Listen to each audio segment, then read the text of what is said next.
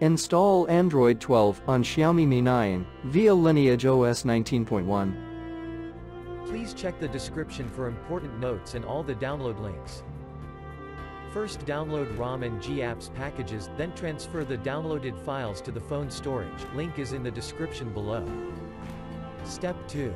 Boot your device into TWRP recovery. Once in TWRP, click on Wipe, Advanced Wipe, and select the check boxes, as shown in the image, excluding internal storage.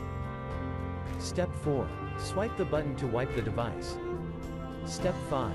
Go back to the recovery main screen, and tap on the Install button. Step 6. Navigate to the storage, and select the ROM zip file. Step 7. Finally, swipe the button on the screen to install ROM file. Step 8. Flash the GApps zip package, in the same manner. Step 9. After GApps flashing completes, select Wipe Cache and Dalvik from bottom left side of screen, and swipe to wipe. Step 10.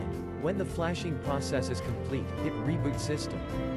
That's it, you have successfully installed the ROM on your device.